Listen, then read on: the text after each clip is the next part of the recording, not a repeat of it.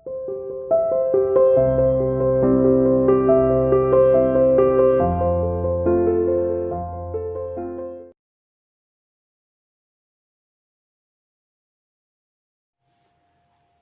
students, today our topic is artificial methods of vegetative propagation। इससे पहले हम vegetative propagation के जो नेचुरल मेथड्स थे उनके बारे में हम डिस्कस कर चुके हैं। आज हम वेजिटेटिव प्रोपेगेशन के आर्टिफिशियल मेथड्स यहाँ पर डिस्कस करने वाले हैं। चलिए शुरू करते हैं अपना topic. As vegetative propagation is a simple, faster and less expensive method of reproduction। यानी कि जो वेजिटेटिव प्रोपेगेशन है रिप्रोडक्शन का, ये एक बहुत ही सिंपल, फास्टर और ज़्यादा एक्सपेंसिव भी नहीं है। ये एक ऐसा मेथड है। It is use in various horticultural gardens and nurseries. ये बहुत से हॉर्टिकल्चरल गार्डन्स में और नर्सरीज में, जहाँ पर प्लांट पेड़ पौधे मिलते हैं, नर्सरीज आपने देखी होंगी, तो वहाँ पर इस प्रोसेस को बहुत ज़्यादा यूज़ किया जाता है।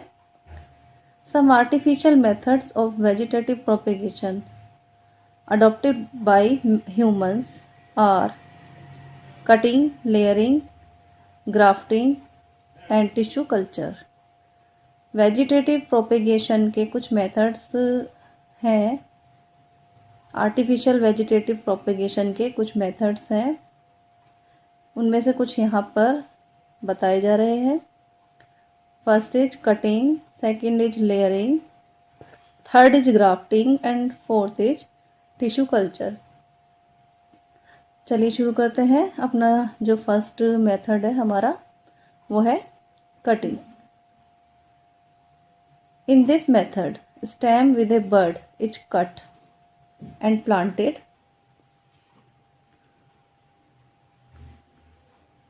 in the moist soil। इसमें क्या होता है कि किसी प्लांट के स्टेम को बड सहित काट दिया जाता है और उसे मॉइस्ट सॉइल के अंदर, गीली मिट्टी के अंदर जो है बो दिया जाता है। आफ्टर ए फ्यू डेज, कुछ समय के बाद या कुछ दिनों के बाद, roots and leaves develop from the cut stem. वो जो हमने पार्ट काट के प्लांट सॉइल में बोया था, लगाया था, उसमें से रूट्स और लीव्स, नई रूट और नई लीव्स जो है वो निकल जाती है, डेवलप हो जाती है और एक नया जो पौधा है, नया प्लांट जो है वो बन जाता है। This method is used for growing rose, bougainvillea, sugarcane, etc।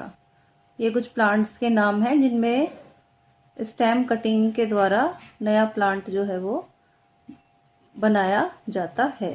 जैसे कि रोज स्टेम। रोज आप लोगों ने देखा होगा, हिंदी में ये भी बोलते हैं कि कलम लगाना, तो वही प्रोसेस है ये। तो रोज का जो प्लांट होता है उसमें हम इस प्रोसेस को यूज़ करते हैं। उसके अलावा बुगनविलिया और शुगर केन, इन प्लांट्स में भी हम स्टेम कटिंग के द्वारा नया प्लांट उगा सकते हैं। ये पिक्चर देखिए, पिक्चर में आप लोगों को दिखाई दे रहा होगा। पिक्चर में रोज़ का स्टेम सॉइल के अंदर कट करके लगाया गया है और कुछ समय के बाद उस प्लांट में से, उस स्टेम में से नई रूट डेवलप्स हो गई हैं और नया स्टेम जो है वो डेवलप हो गया है और धीरे धीरे नई पत्तियां भी निकलनी शुरू हो गई हैं। नेक्स्ट प्रोसेस देखिए, second is layering. In this method a lower branch of the plant is bent and A small portion of it is covered with moist soil.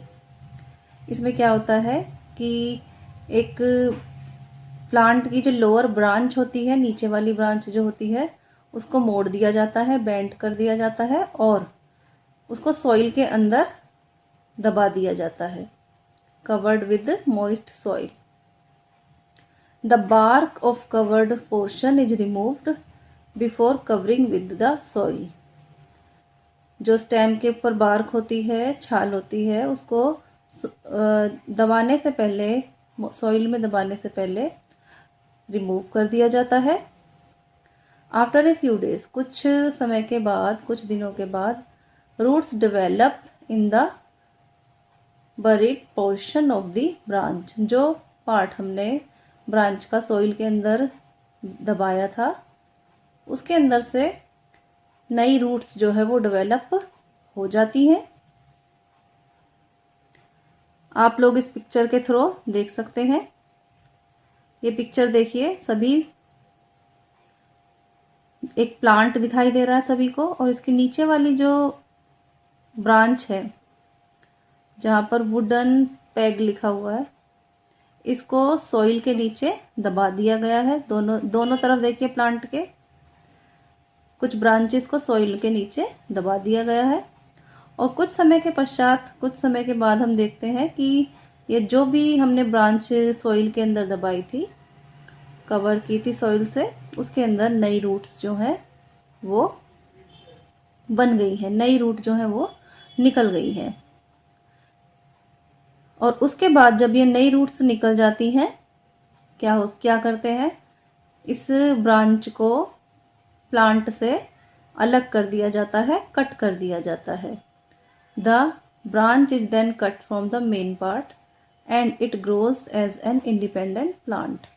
और ये एक नया जो है इंडिपेंडेंट प्लांट जो है वो बन जाती है।